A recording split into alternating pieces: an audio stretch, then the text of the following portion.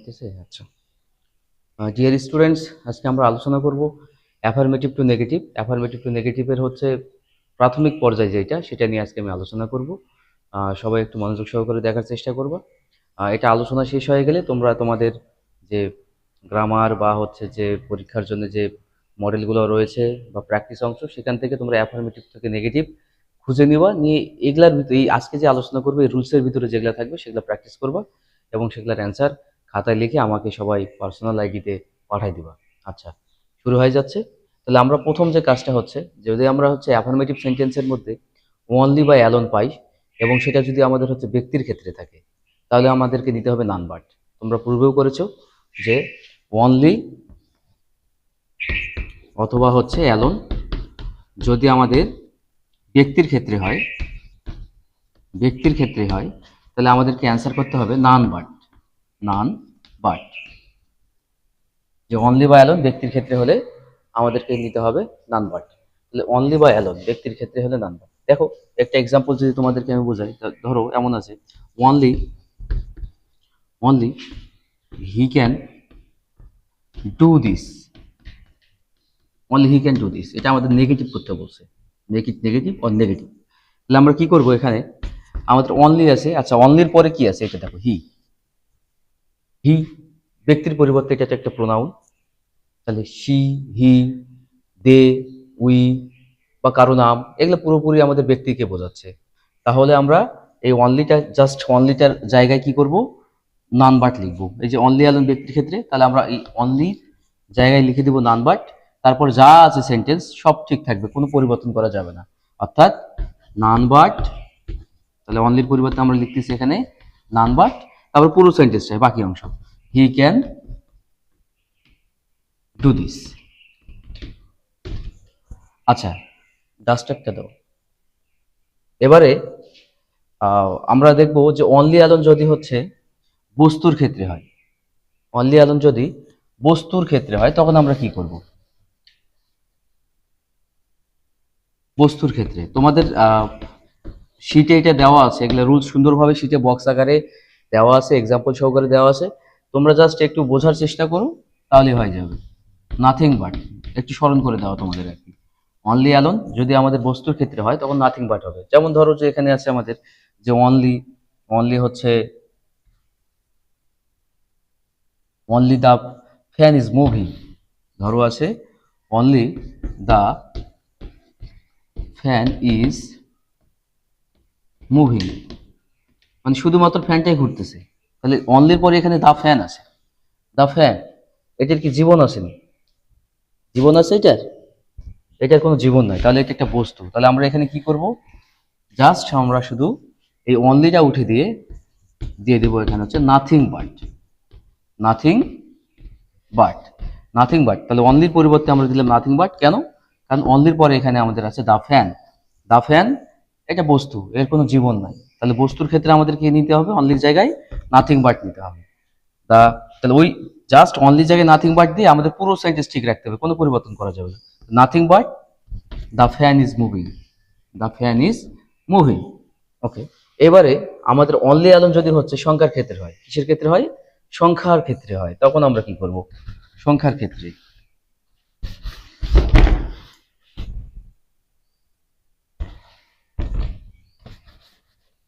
Only alone সংখ্যার ক্ষেত্রে, সংখ্যার ক্ষেত্রে হলে আমাদেরকে নিতে হবে নট মোর দেন। এনটা ছোট হাতের হবে, এটা এটা মাঝখানে থাকে সাধারণত। নট মোর দেন অথবা নট লেস দেন দেওয়া যেতে পারে। আচ্ছা, আমরা নট মোর দেন দিব। তাহলে হচ্ছে কি, ধরো এমন আছে যে she is only 10 years old. She is only 10 years old. তাহলে এটাকে আমরা নেগেটিভ করব। ওকে, তখন কি হবে আমাদের, এটা she is only 10 years old. তাহলে এখানে আমরা দেখবো যে অনলির পর কি আছে, সংখ্যা আছে। তাহলে এই অনলিটার জায়গায় আমরা নট মোর দেন দেবো, তাহলে সব ঠিক থাকবে। শি ইজ, ইজের জায়গায় থাকলো অনলি, অনলির জায়গায় জাস্ট আমাদের তখন নিতে হবে not more then, not more দেন। তারপর বাকি অংশ 10 ইয়ার্স ওল্ড, 10 ইয়ার্স ওল্ড, এরকম।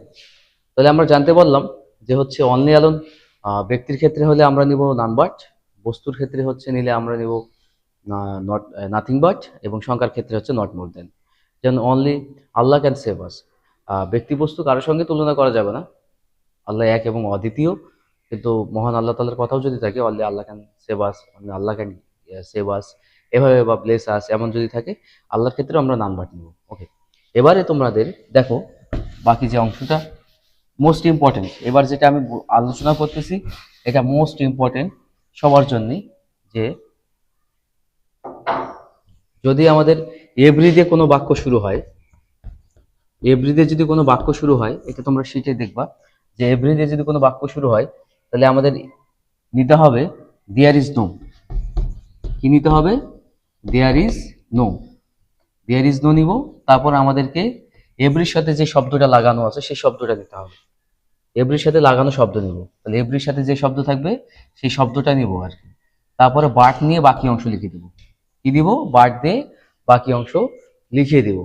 এখন আমাদের বাট দিয়ে বাকি অংশ লিখবো। এখন দেখো একটা এক্সাম্পল যদি তোমাদের দেই, যেমন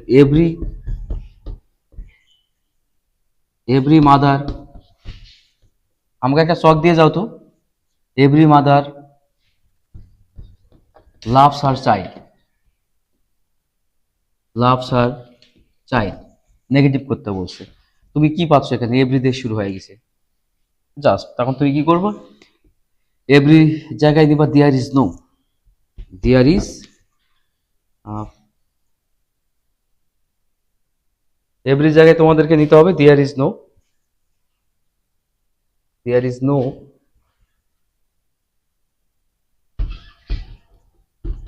দেয়ার is no, there is no নিব আমরা জাস্ট কিসের পরিবর্তে? এভরি পরিবর্তে দেয়ার ইজ নো। তারপরে এভরির সাথে লাগানো শব্দ কি আছে এখানে? মাদার। লাগানো বা একটু পাশে থাকে, যার পরে যে শব্দটা আছে মাদার, তখন আমরা তাহলে এই যে মাদারকে নিলাম, দেয়ার ইজ নো মাদার। তো তারপর নিতে হবে আমাদের বার্ড, আমরা বার্ড নিয়ে নিব, নিয়ে বাকি অংশ যা আছে পুরোটাই লিখে দিব। লাভস আর ওয়ালাইকুম আসসালাম চাইল্ড। ওকে, এরপরে আমাদের এভরি রোজ হ্যাজ থর্ন, তাহলে there is no rose but has thorn. Every mother loves her child এর মানে কি? যে প্রত্যেক মাই তার সন্তানকে ভালোবাসে। আর এটাকে আমরা নেগেটিভ করব কিন্তু অর্থ ঠিক রেখে, তাহলে দেয়ার ইজ নো মাদার, হ্যাঁ এমন কোনো মা নেই, হ্যাঁ বাট লাভস আর চাইল্ড, তার সন্তানকে ভালো না বেশি থাকতে পারে, তার মানে সে তার সন্তানকে ভালোবাসে। এখন আসো আমরা এভাবে যদি করি, একটা আবার একটা দেখতে পারি এভরিবডিতেও থাকতে পারে, সেটাকেও আমরা এই সিস্টেমে করতে পারবো আর কি।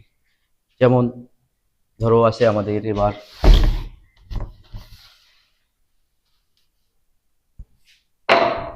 এভরিবডি, এমন আছে মনে করো everybody, everybody likes flower, everybody likes flower. তাহলে আমরা এটাকে নেগেটিভ করব, আমাদের বলছে এটা নেগেটিভ করো। হ্যাঁ অ্যান্সারে অনেকভাবে থাকতে পারে, তাহলে তোমরা এটাও এই যেহেতু এভরি বয় হয়ে গেছে এভরিবডি, তাহলে তোমরাও এটা ওই আগের রুলসেই করতে পারবা। তাহলে এভরিবডি, তাহলে এভরিবডি আছে আমাদের, জাস্ট আমাদের এখানে বডি থাক কি থাকবে থাক ডাজেন্ট ম্যাটার, এটা দেখার দরকার নেই আমাদের, আমরা এভরি পেয়েছি কিনা। ওকে, তাহলে এভরির জন্য আমাদেরকে কি করতে হবে? There is no. এভরির জন্য আমরা নিব এখন দেয়ার ইজ নো, তারপরে এভরির সাথে লাগানো শব্দ, এভরির সাথে এখানে কি লাগাই আছে? বডি, তাহলে body, there is no body. তারপরে আমরা কি নিব? বার্ড।